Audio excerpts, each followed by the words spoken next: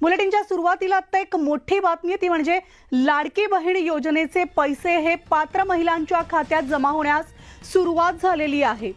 तर आत्ताची आपण सगळ्यात मोठी बातमी पाहतोय। या योजनेचे पैसे खात्यात जमा होताच महिलांनी आनंद व्यक्त केला। बाल विकास विभागाअंतर्गत महायुतीच्या सरकारच्या माध्यमातून आदरणीय लोकप्रिय मुख्यमंत्री देवेंद्रजी फडणवीस साहेब, उपमुख्यमंत्री एकनाथजी शिंदे साहेब आणि उपमुख्यमंत्री अजितदादा यांच्या नेतृत्वाखाली जी ही योजना आपण महत्त्वाकांक्षी आणली, त्याच्या पहिल्या टप्प्यातील वितरण सोहळा आज आदरणीय मुख्यमंत्री देवेंद्र फडणवीस साहेबांच्या उपस्थितीमध्ये त्यांच्या हस्ते पार पडला।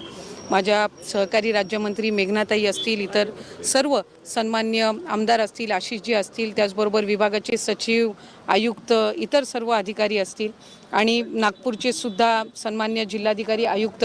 यांनी सुद्धा सगळ्यांनीच ही योजना अत्यंत प्रभावीपणे राबवण्यामध्ये आम्हाला मदत केली आणि आज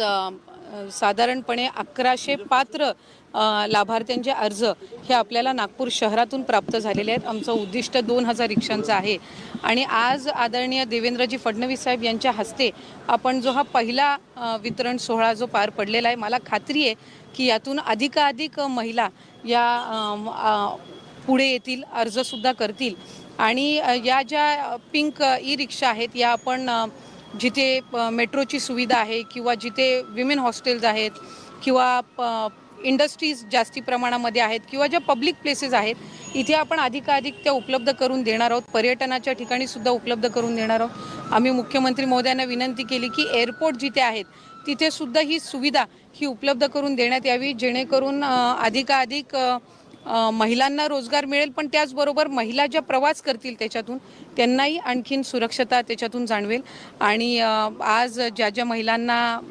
ज्या पहिल्या टप्प्यामध्ये या पिंक ई रिक्षाच्या लाभार्थी ठरलेल्या आहेत, आमच्या सगळ्यांच्याच वतीने मी त्यांना खूप खूप शुभेच्छा देते। राज्यातील कोणकोणत्या जिल्ह्यामध्ये ई रिक्षा वाटप होणार आहे आणि एकूण किती ई रिक्षा वाटप या योजनेच्या माध्यमातून राज्यभरात? साधारणपणे सगळ्यात ज्या महानगरपालिका आहेत तिथे आपण ह्या पिंक ई रिक्षा ज्या आहेत त्या उपलब्ध करून देणार आहोत आणि आम्ही पुढच्या 6 महिन्यामध्ये किमान 5000 किमान म्हणजे वर्षामध्ये तर 10,000चं उद्दिष्ट आहे, पण किमान 5000 ई रिक्षा ज्या आहेत त्या पहिल्या या 6 महिन्याच्या टप्प्यामध्ये आम्ही महानगरपालिका क्षेत्रामध्ये उपलब्ध